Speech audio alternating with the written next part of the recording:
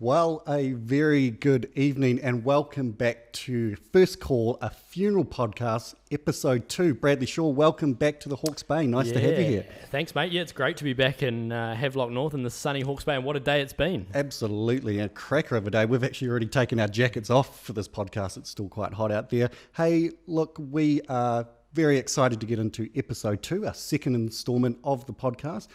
We just want to thank everyone that tuned in on episode 1. We had such a good response, great feedback. That was all about introduction to funeral directing, how to get a job at a funeral home, a bit about us and a bit about the industry. Yeah, for sure. Tonight is going to be all about embalming, that special topic that everyone kind of loves to get into. We're going to have a bit of a chat about that. What is it? How it works? We're also going to do another question and answer session. So if you've got any questions out there, you think, I've always wanted to know that, type them into the comment section and we'll address those a little bit through the podcast. Bradley, why don't we crack straight into it? You know, what is embalming? For those that may not know, what is embalming?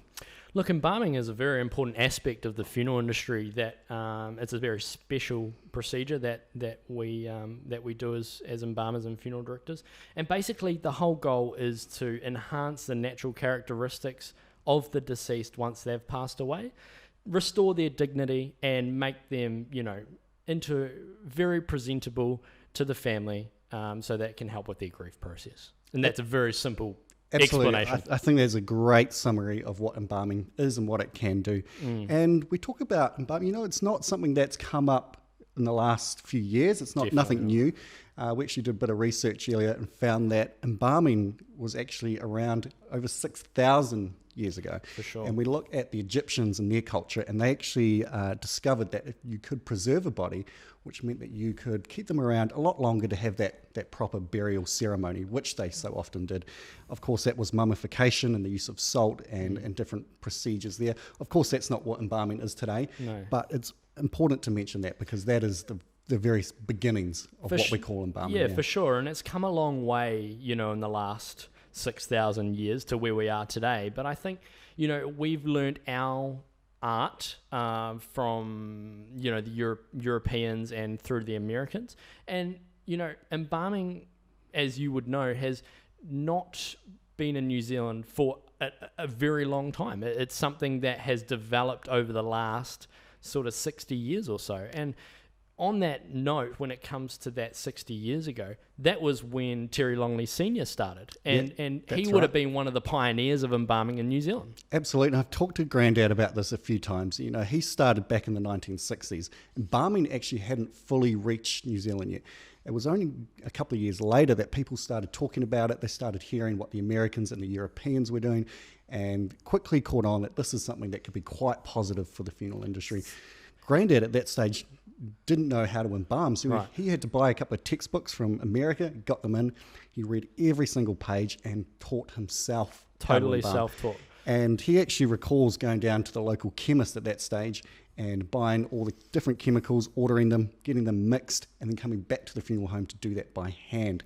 Something that is just a crazy thought these days. And so with that, over those, that 60 years ago, possibly in the 60s when that was happening, we've made some major technological advances since the 60s now into 2019 where we are now. And the development of what embalming is, how it's progressed, and our techniques that we use. I mean, it's not just the techniques, it's the development of the fluids or the chemical solution that we're using these days, which is totally different to what it was, when Grandad started. Absolutely. And I think at least in the last few years, that information age, the sharing of education, we're able to talk with embalmers from around the world, hold conferences, hold practice or practicals, and really get a sense of what everyone else is doing and move forward with the best practice. The best practice, the process. What is the process when we do embalm? Definitely. I think a lot of people, don't know or have a preconceived idea of what embalming is. So in a simple form, embalming is just the removal of the bacteria that is living in our body, because we all have bacteria living in our body, but when we become deceased, that bacteria tends to live on. It does live on. When you pass away, the bacteria in your body doesn't die with you. And so that bacteria starts that natural progression of decomposition. And so that decomposition process starts, and that is why we remove that bacteria and replace it with a solution that, like we just spoke about before, a solution that preserves and presents the deceased in a safe manner. Yeah, so we also talk about the features of the deceased, and it's one of the very first things that we do in that process. And, there is a misconception that people die with their eyes closed, looking peaceful as anything, but that's unfortunately not always the case. It's not always the case. No. In fact, some people do die with their eyes open, their mouth open. It's not the most dignified way. No, it's not. And so one of those first things that we do in that embalming process is we set their features, making sure their eyes are closed, the mouth is closed, and that the face is looking peaceful, restful, and that is kind of what the family is going to see as well. So we make sure that's looking nice. And then from that point onwards, we start with that, removing of that what we now is classed as bad bacteria, and we replace it with that solution that we spoke about. So we're before. removing those nasties, we're getting that bacteria out. And that comes through, when we're doing, while that's happening, we're washing the hair, we're washing the deceased down, making them smell nice. Those are all elements of what makes the embalming procedure as such. Everyone gets a wash, everyone gets their hair tended to, and it doesn't end there. And I think we kind of think that's the end of embalming once that's completed. But we also talk about things like cosmetics and hairstyling. Right. And that's a really important part that we can actually invite the family to be a part of. And Definitely. I think it's important that they do, because we don't know what they look like when they're alive. Yeah. Some family can sometimes give us a picture, but isn't it better if we can invite family in to do their hair, put Definitely. Mum's favourite lippy on. For sure. And do her cosmetics the way she would have liked it. Yeah, and I think that's where it's important for the family to get involved in that process, whether it is the cosmetics or whether it's the dressing procedure. I mean, I know a lot of people want to be involved in the way Mum looks when she's to be placed in the casket. So we use Mum as an analogy, but way the deceased looks, way they're dressed. She might want her special pearls on, or the lippy, as you mentioned, the hair set exactly how the family would remember her. That's right. And so while the embalming procedure is done behind closed doors in a mortuary facility, there are key parts that we can actually bring family in to have that involvement. Now, that embalming procedure that we're doing, that process before the family, get involved, that's a, 1 to 2 hour procedure. Usually, yeah. On average. I mean, it depends on cause of death, of course, or size of deceased. Or there's an array of elements that contribute to that time factor, but it's important to remember that they can be involved in that process once that initial, part is done. Absolutely. And I think what we haven't touched on yet is the embalming solution itself, and I think you touched on it a little bit earlier.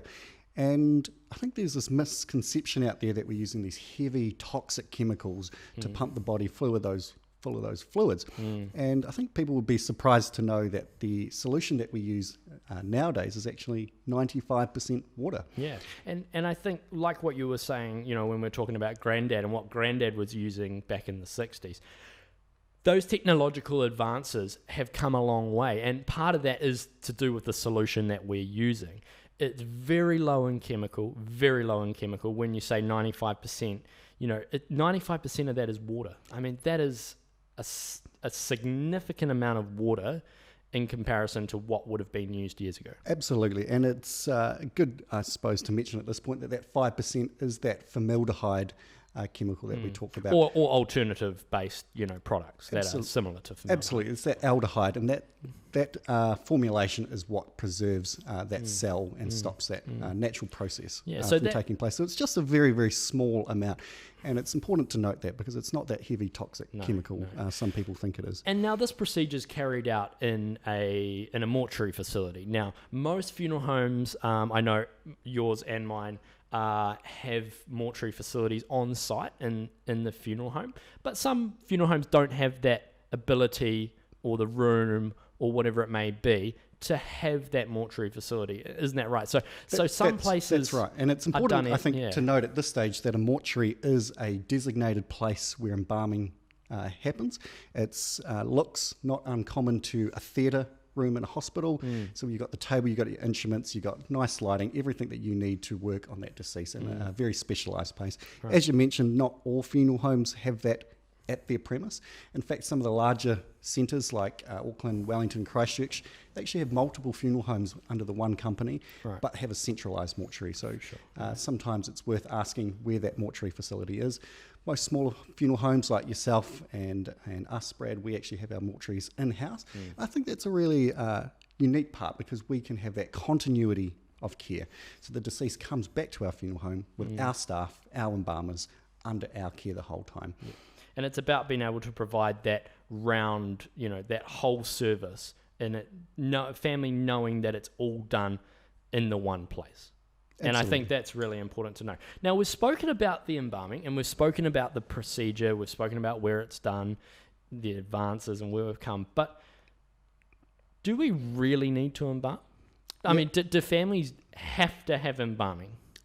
The short answer to that is no, families do not have to have embalming. There's many reasons, cultural, religious, spiritual reasons, even why people choose not to have embalming. I think it's important, especially in this diverse society that we have here in New Zealand, that we respect their views. Of course, they're deeply rooted. Some go back a long way. And we have to acknowledge that, but also provide alternatives to that normal embalming that we've spoken about so far. So there's obviously different elements to, why we are, wanting, or not wanting, but promoting the fact of, or the use of embalming, and why people will benefit from it. That's right. So embalming is always our best practice. It gives us the most control, the most time, and that best presentation. Right. But for reasons that people may have, they choose not to have that fluid put into that deceased, so we then can provide them alternatives. One of the main ones we use here at our funeral home is what we call a climate-controlled facility. Right. Now, it's a bit of a tricky term, but essentially what that means is we have a cool room where we keep the body at a much lower temperature. It's around 4 degrees, and at that temperature, it actually slows down the natural processes from taking place. And that just buys us a little bit more time. Of course, we don't have that full control that we can have with embalming. So, changes can happen. We don't know when that can happen, but it does slow down the process a little bit. Yeah, and I think that the presentation aspect for people is really important. And having that embalming procedure done definitely helps with that. And then when you're having someone maybe in that climate controlled facility, you do lose touch with the ability to make that deceased look really good. Not saying that they won't, but everybody's different. But I think the other reasons why we choose to do embalming is for the preservation aspect. The preservation aspect is quite important to some people. We're delaying that. Embalming delays that natural process. You can put someone into a climate control facility, but it doesn't, work like embalming does. When we're having someone that is being embalmed and we're looking for that preservation aspect, we can preserve someone for 3 days for a funeral, until the funeral service, a week, whatever it may be. But there's also times where, I know you specifically have had to deal with this in the past, where people have needed their loved one to stay around for a lot longer. Yeah, and we actually had this case not so long ago where the family said, hey, look, we've just booked a family holiday on a cruise. Nana's just passed away. Can you keep her there for 6 weeks while we go on the cruise, which we've paid for in full, and have the funeral when we get back? And with embalming, we were able to say, yes, we can absolutely do that. We did the treatment. We tailored that treatment specifically for that length of time. And I'm proud to say that their Nana looked just as good after 6 weeks than she did when we first got her in on day one. And we were really proud to present her back to the family looking really nice and dignified after that time. And I guess that comes into the next aspect of why we embalm, which is that sanitation.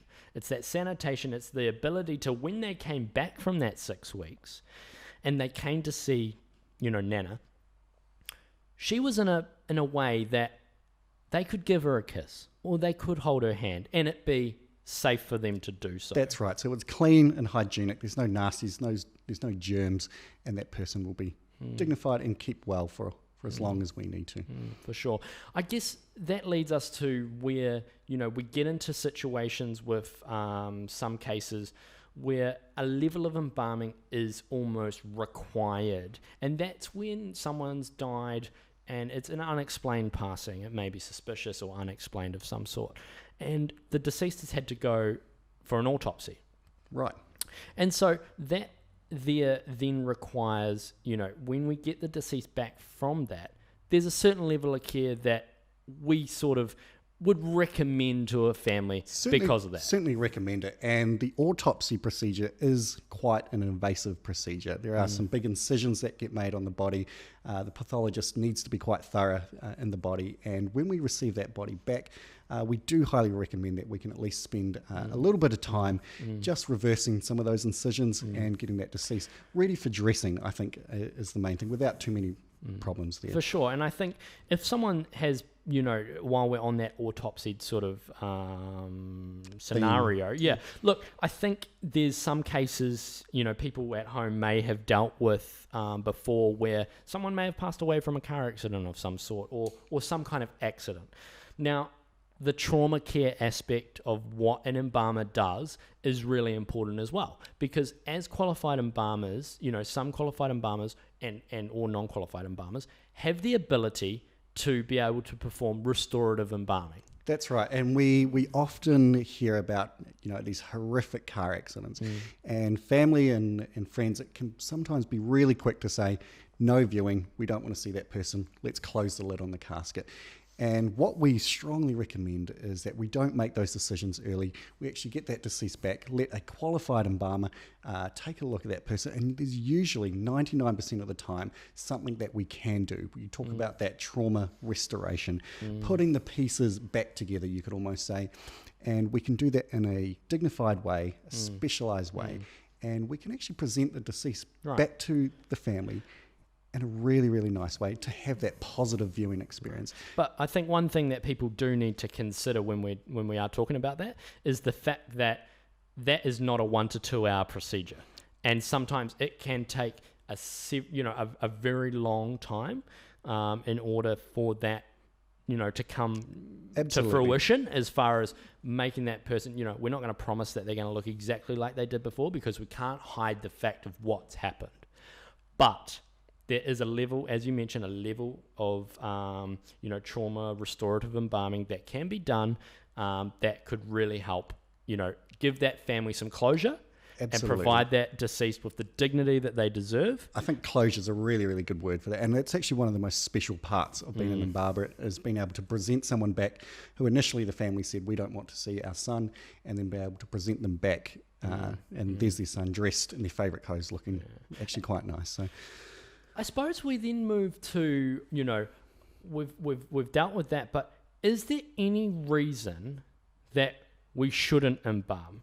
And the reason I'm asking that is because we've talked about the climate control facility, and that's an option, right? That's an option. But certainly we've got other options as well. Now, I mean, I'm not overly experienced with these other options, but there are options. Talk to me about the dry ice option that you've dealt with on numerous occasions. Yeah, fascinating process. And so this is the situation where a family is asked for their own reasons.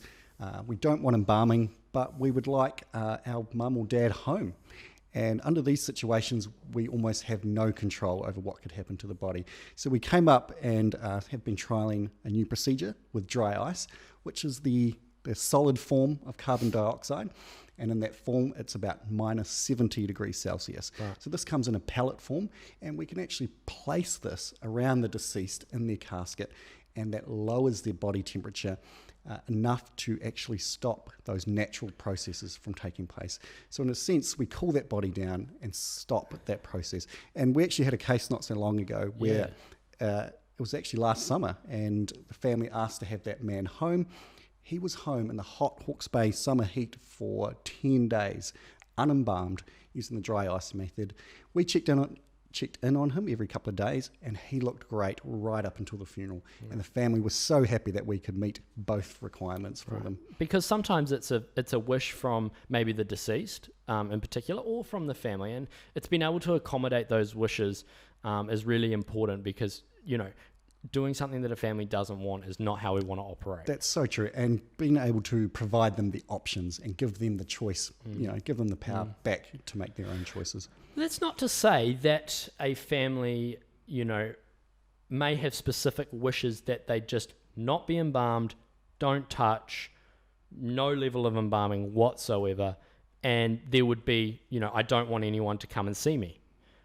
That's perfectly fine as well. Of course. I think it all comes down to that information, providing them with the implications of no embalming, what their choices are going to result in, and as long as they make an informed choice, we will always walk them through that and allow them to have that choice, most definitely. Yeah, so there's definitely options for people. I think the most important thing to take away from that is that talk with the funeral director, talk with the funeral home, explain to them what your wishes are, and see if they can help accommodate that. Because part of what we do, and the main thing I would say of what we do is to try and do the best for each family that comes through the door, regardless of what their wishes are. Absolutely. Hey, when we decided that we were going to do embalming as our episode 2, I think you and I kind of jumped on Google and tried to find out what myths were out there. Yeah. And we've got a couple of quick fire myths that we did find that we're going to run through. And it's quite interesting what people actually perceive to be the truth or not. Yeah, and I think as funeral directors, we've all heard these over the years. Of course, and they keep coming up. And they keep popping up every time. So I think it's important for us to address them and just get them out of the way. So the first one that we found earlier today was embalmers remove all your organs. Have you heard that one before? We have had that before. Totally false. Absolutely. And it's important to note that everything that comes with the deceased, all of their own tissue, their own organs actually stay with them. We would never take those away. How about this one? Deceased people sit up straight. Yeah, I'm not sure where this one comes from. Maybe Hollywood, maybe TV programs. Certainly not true. Once that person has passed away, any movement is impossible. So pure myth, that one there. One that I did come up with was, if someone has false teeth, do we use those and put them back when we embalm? Definitely. If at all possible, and if the teeth are available, the family can find the teeth. Sometimes they might not be there. Definitely put those back in, because that is how that person was. So the family will recognize, the deceased with their teeth in. Absolutely. So if we've got those are definitely going back in. That is true. Definitely. I've had this one before, and it's a little bit interesting, but hair and nails keep growing after death. Yeah, I've heard this one before, and it seems to be one of the most common ones. And I kind of wondered why people thought this. I looked into it a little bit more, and we talked a little bit earlier about dehydration. And the body does dehydrate after passing away, especially if we haven't embalmed yet. And when you look into that further, the skin on the fingers foremost starts to dehydrate, starts to peel back a little bit, revealing more of the nail. And it actually gives the impression that the nail is larger. Total visual illusion. The nails do not keep growing. Well, there you go. There you go, indeed. How about this? The blood is contained and removed as medical waste. Yeah, I've never heard that one before, actually. And it's an interesting point, because I guess some people may wonder what happens with the bodily fluids and the blood that we do remove. And actual fact, here at our mortuary, it goes through a specialised triple filter before it's being discharged, just like a hospital or any DHB around the country. And we do it in a very special way, and then that goes on to be treated later. There you go. Yeah, it's strange. Some people get some funny ideas sometimes, don't they? Embalming is not required by law. Yeah, true. It's not. So embalming, obviously, as we mentioned earlier, we've gone through all these different alternatives and procedures and things that can help with, with that preservation process or keeping that deceased looking nice. So, yes, embalming is not required by law. Absolutely, 100% agree. And if any funeral director tries to tell you that embalming is required or by law they have to, then I would question that a little bit further, because that is not true. For sure. How about this one? We break your legs if you don't fit in your casket. Yeah, this is just bizarre, and I have come across it once actually. Look, first and foremost, most funeral homes will have caskets available to you. And of course, you know, there are so many different body shapes and sizes that we carry caskets to suit. So we'll never sell the family a casket that doesn't fit. I think this comes about when families provide their own casket. They show up to the funeral home and say, look, Dad's built his own casket, can we use it? Comes to placing him in it and it doesn't fit. Do we break their legs? No, we certainly don't. No. And it has happened to me before where a family has provided a casket in it and the deceased hasn't fit. And so it's just about having that conversation, explaining to them why and how, and then just finding an alternative. I mean, we have caskets in the funeral home of different lengths, different heights, different widths. You know, we have a casket to suit anybody. It's a personalised choice. It's tailored to the family. You're always going to get the right size from a funeral director, aren't you? Definitely. Here we go. Last one. Embalming will preserve you forever. Yeah, interesting. We talked a little bit earlier about how we as embalmers will tailor that strength of that solution for sure to match that scenario. So if someone's around for 3 days, we'll embalm that for that length. We talked about the 6-week long-term case. Embalming is not going to preserve you forever. At some point, the natural processes will take place, certainly with a burial or cremation that is lost. However, you know, if a body is really well embalmed, it can be preserved for longer than you think. And we were talking earlier about Abraham Lincoln, and quite an interesting case actually. His coffin has been moved 17 times since he was originally buried. Yeah. And on 5 of those cases, they actually opened the casket to see what he looked like. The last time they did that was in 1901, and it's been noted that a couple of people actually said, wow, still looks like Lincoln. So you can think all those years later, over 120 years later, still looking like Lincoln. Even on the most extreme scale, we have got those historical figures like Mao and Lincoln, which are people that died nearly 100 years ago, which you can actually go and see. They're on display in museums in Europe. Really? Absolutely. And the exact techniques that those embalmers and museums use are pretty well-kept trade secret. But these people have been preserved perfectly for over 95 years. Certainly we wouldn't look to embalm any of our clients for 95 years, but under the right techniques. It's interesting that you could do that. I think with all that being said, you know, embalming is of course our best way to create a meaningful experience for families to, you know, to get a meaningful experience around seeing their loved one. And, you know, our embalmers are highly qualified, and in most cases, you know, they will be able to restore that deceased back to the way they looked before they passed away. Yeah. You know, and restore that. When I say restore that look, I mean their color. You know, they get the most important part is that they get their dignity back. That's first and foremost, and then they are presented to their family in the best possible way so that they get something out of it. So we're creating that time, that positive memory picture, so that last time you get to see a deceased is a really, really nice one. And I think that's really important for the overall grieving process. Hey, look, we are going to go to some questions, I think. So those that are watching at home that want to ask some questions, now is the time to get into the comment section. We're going to do this off the cuff. We haven't seen the questions before.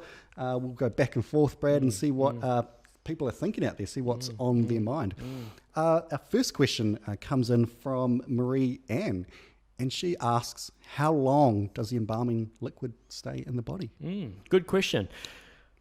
When we are embalming somebody and they stay, you know, in the funeral home, it depends on the disposition. So when we say disposition, that is whether they're to be buried or whether they're to be cremated. Now, if they're being cremated, you know, sometimes people think that you don't have to be embalmed because you're being cremated. Again, a bit of a myth. You can be embalmed if you're going to be cremated. And obviously, in that scenario, the embalming fluid, you know, goes with that cremation process. So in that case, only 3 or 4 days or however long until the funeral. As far as the burial is concerned, it's an interesting point. I've actually not thought about that. But as we mentioned earlier, with the embalming, it's to slow the natural decomposition down. So it won't actually stop fully decomposing the body. At some point, it will just return to the natural elements. So definitely. Yeah. And as you mentioned earlier, you tend to make sure that embalming fluid, when it goes in, is, once it goes in, it becomes safe. That's it. So it's inert, so it's not a toxic chemical. No. It is safe. And I actually did some research on soil testing around cemeteries and actually found that those embalmed bodies that were being buried, what environmental effect did that have? Right. And the soil tests actually came back all under normal limits. So it was all very, very low, no cause of harm to the environment. So that's an interesting point. It is an interesting point. We've got one here from Amy O'Hagan, and she says, is it usual to bury jewellery, or do most people remove it? So I take it that would be burial or cremation. Yeah, so we can assume that that could be for either or. It often comes up. Mum or dad have had that special ring, wedding ring, special jewellery, necklaces, and we kind of have to talk with the family, make sure that this is exactly what they want. It is near impossible to get that jewellery back without disinterring the casket. And so we just say, hey, look, is there a grandson or great-grandson that may actually benefit from having that family heirloom one day, in which case we can have it on the deceased during that viewing and visitation. But before we seal the casket, we might take those jewellery off, present it back to the family, and it might mean something to someone later down the track. Of course, it is always the family's choice, and if they say no, leave those rings on, then we will. So my answer would be it's not usual to bury it. We'd always encourage to take it off, especially with cremation as well, but it does happen from time to time. We've got a question here that we received actually earlier in the week, because we have had, after the last podcast, we had some questions from people who, wanted to ask questions when we preempted this embalming podcast. So we had one here from Nigel, and it says, do the autopsies happen at the funeral home? Yeah, that's a really good question. So there's been a sudden or suspicious death. The coroner has then taken charge of that body to investigate it. And the autopsies are actually done at specialised mortuaries, which are based at some of the hospitals in the larger regions around Hawke's Bay. Hawke's Bay does not have a pathologist here, so the autopsies are conducted in Palmerston North.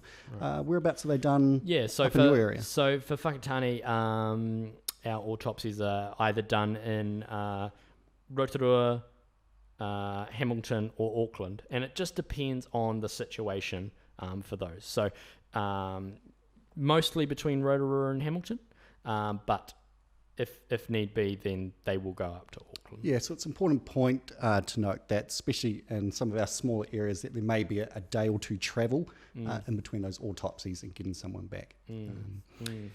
We did have another question that's come in that says, can I be with mum while she has been embalmed? Yeah. So we addressed that a little bit earlier around how the embalming procedure, and there are some health and safety standards that have to be met in order for people to be approved to go into the mortuary. So we wouldn't recommend people coming into the mortuary while the embalming practice is taking place, and that's because it could be traumatic for them. I mean, as we mentioned before, there is some things in there that people may see and find that traumatic. So when you're going through that time of grief, we wouldn't recommend it. However, as I said earlier, they are more than welcome to assist in the dressing process, in the makeup and the cosmetic process, and also setting of the hair and things like that. So they're really important aspects of that grief journey that people go on to really, be able to be involved, help, and, give their loved one the best possible send-off. So that embalming is generally done behind doors with trained and qualified staff, but there are parts that we can invite people in to help with. We had one here from Teresa, and this is about your dry ice alternative that we were talking about. So how much dry ice is used when you are, performing that dry ice procedure? Yeah, because it's a relatively new technique and new procedure. At the first a couple of times that we trialed it, we weren't quite sure, so we always got too much than what we needed. We actually found that there was about 10 to 15 kgs of the dry ice pellets. So not a lot. That's, in physical terms, enough to just place around the deceased in the casket without filling the casket completely.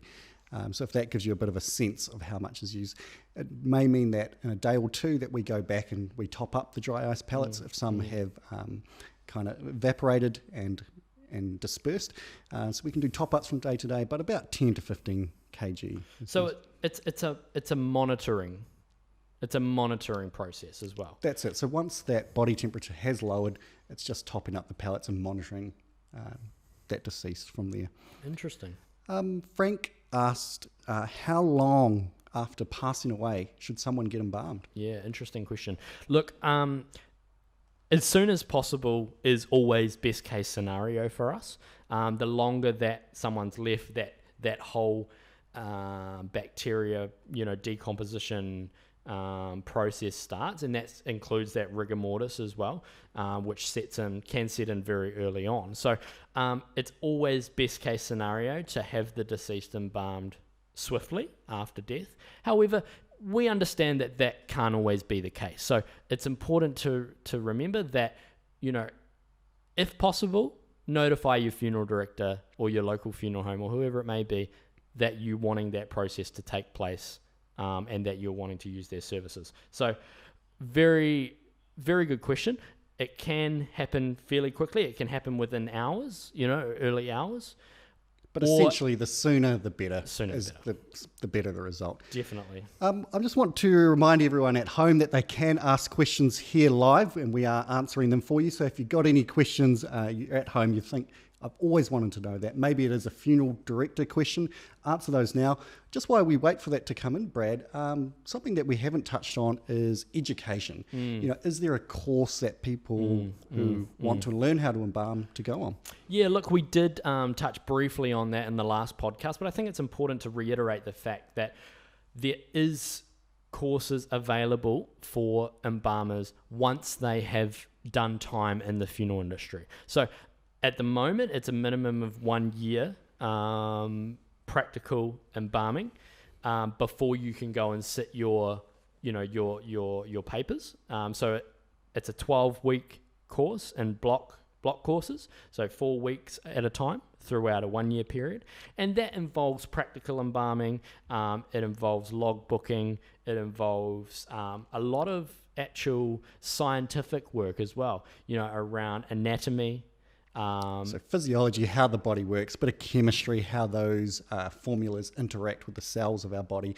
So the real nuts and bolts of how embalming works. Definitely. And so I think we also touched on our first episode about how to become a funeral director. We didn't really touch too much on how to become an embalmer. So you have to already be employed as an embalmer to get on that qualification course. How does someone go about becoming an embalmer at a funeral home? It's very similar to becoming a funeral director, to be fair. You have to have that passion of care. It's the same as what we spoke about in the funeral directing podcast. You've got to be a caring, person who really wants to look after people. And it's those same traits that we talked about with funeral directors as well. But it is more of a practical job than funeral directing. It is more labor intensive, you could say, with working with the deceased specifically. So it is very important to go about it the same way. Go about it the same way as when you're wanting to become a funeral director. It's on the same lines. You're still working in a funeral home. So watch episode 1 is essentially what you're saying there. Possibly. Hey, we've got a question coming here from Joanne. She says, is dry ice treatment more expensive than embalming? Yeah, that's a really good question. We haven't actually touched on cost, and maybe we can discuss that a little bit. The short answer to that is yes, dry ice is more expensive. And that's because the dry ice we don't actually produce here. We actually have to go and buy that from a specialised retailer. I think Bock Gas and Gear are one of the only few people in the country that supply that. It is quite expensive. It's not your everyday kind of supermarket product. So there is a little bit more of an expense, that also includes us doing daily visits with the deceased. Again, that's something that we would want to do just to check on things. So that incorporates that as well. And because of the dry ice component is different to embalming, you won't get the presentation aspect as much. And that's something important, as well, because the presentation aspect with embalming restores that or attempts to restore that natural color. And so with the dry ice, there's none of that, process happening. And so they will lose their color and they will look very pale. But it obviously has worked for you. We can use cosmetics to change that paleness. It is essentially, if I can speak openly, freezing the body. So you can imagine that effect might have, but there are always cosmetics and things that we could do to touch up the deceased there. We've got one here from Marie, and it says, is 6 weeks the longest you have embalmed somebody? In my 6-year career, 6 weeks is the longest. I don't think I can recall a longer case. How about yourself? Yeah, look, I haven't embalmed anybody for longer than 6 weeks. I have dealt with people, for that 6 week period. But no, the answer is no. I haven't embalmed anybody for longer. However, as we've mentioned earlier, there are cases going around of that. Yeah, Definitely you really get to know that person. You say good morning to them every time you come into the office. For sure. You say good night to them. After 6 weeks, they're part of the team. They're almost. part of the family. So it's almost sad to see them depart. But For sure. 6 weeks is a pretty decent amount of time. Emma Larwood has written in, and she says, after you've picked up the deceased, after you've had that call out, are they taken to the hospital if they are a donor, or out to the funeral home first? Now, good question. Yeah, really, really good question. It's something that we actually haven't thought of touching on, and that is if you are a donor and, for example, you've died in a car accident and there is someone able to receive one of your organs, that is generally done immediately at the hospital. So if someone has died at the rest home or at home, generally they won't go ahead and remove those organs. There's just that time frame. It's got to happen immediately. Yeah. So generally straight after death. We've had a lot of scenarios, if I can talk openly about that. We've had a lot of scenarios where we are in Whakatane. Now, the closest donor or scientific facility is in Auckland. Now, the problem with where we are in Whakatane, for people that don't know, is that we are about 3.5 hours from Auckland. And the cutoff for the distance travel between Auckland, furthest you can be from Auckland, is 2.5 hours, I think it is, or 3 hours. So we're outside of that limit. So we actually can't do the donor thing in Whakatane. And so you have to be pretty close to a surgeon able to remove those organs. Quite often we see eyes that are donated, corneas. That's quite a frequent thing. And if someone does pass away in hospital, that is very much a possibility. The family, of course, need to consent to that. And so speaking of that cornea side of things, we've had deceased in our funeral home that have had that cornea done, and they actually came down from Auckland to do that inside our funeral home. So something to consider for people, that option is available. Yeah, just on the donor note, something I've heard across, a couple of years is, can I donate my body to science? And the answer to that is that you actually have to be within 60 minutes of a facility able to receive that body. And I believe that's up in Auckland. So if you were to die over 60 minutes away from that facility, then it's not possible because the quality of the tissue and our cells starts to degrade pretty quickly, and they need that body pretty immediately. So those of you in Auckland, that could be a possibility. Make it known before you pass away, and your body could be donated to science. Definitely. Yeah. All right. People seem to keep asking if we are qualified in embalmers. And it's an interesting point. Yep. I, for one, am not qualified embalmer yet. We are both qualified funeral directors, so we certainly have a good knowledge of that. I think it's a timing thing that we still need to go away and get our qualification through the course. And there are a lot of embalmers in New Zealand that actually aren't qualified, Yeah. but are still very, very good embalmers. Yeah, and it's not a requirement for you to be able to practice inside a funeral home that has a registered mortuary, that you don't have to be qualified. However, it is best practice. And just remembering on that front, we are managers and owners of our respective businesses, and we employ qualified embalmers. So both of us have qualified embalmers working for us. So it's, that is an important aspect to have one of those in your funeral home, because they are, really important to the presentation and what you're doing for the family. I think it's important for people to ask, especially when they are choosing a funeral home for the first time, to ask, are your staff qualified? Do you have qualified funeral directors and qualified embalmers? And that's something that people at home could ask when choosing a funeral director. One that's come in, back on the dry ice topic again, Brad. It seems to be a bit of a hot topic, excuse the pun. Why would someone opt for dry ice rather than embalming if the outcome is not as good?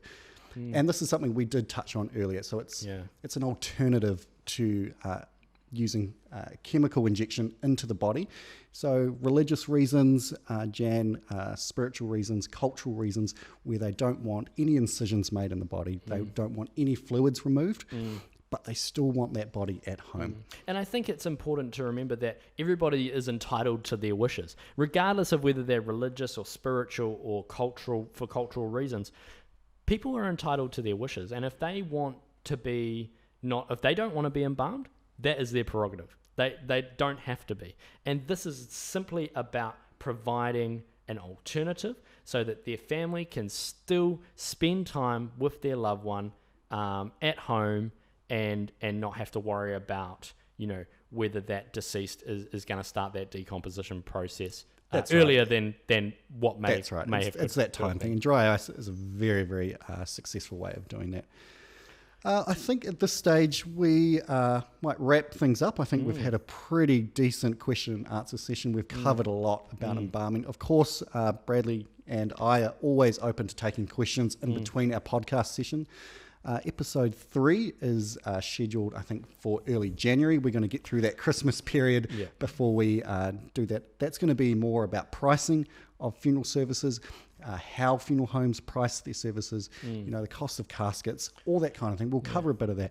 And again, we're going to do some more question and answers. I think it's important that we stay transparent about that. Yeah. And I think just to finish off this embalming conversation, look, we are grateful to everybody who has tuned in tonight and asked those questions and just had an open forum, being, open and honest and asking these questions. And that's what we're trying to do here by doing this podcast, is to really be open, transparent about what we do and how we operate. And we just want to thank you for tuning in and supporting what we're trying to do. Yeah, it's all about just getting information out there, arming people with that knowledge. And I think with people with knowledge comes that positive decision making, that confidence that they can choose those choices, with all that knowledge. For sure. So I think it's important just to wrap things up and say, firstly, I want to say thank you to Terry for the invitation back down to the lovely Havelock North. Thanks for coming back to the sunny Hawke's Bay. Yeah. Glad we turned on a cracker of a day for you. I also want to do a special thank you to Dan Brown and Andrew from Indelible, who have come in tonight and set up this equipment for us and made this professional podcast what it is. Thank you again for tuning in. We're going to say good night and goodbye for now, but we will see you again, episode 3 in January. Thank you. Cheers.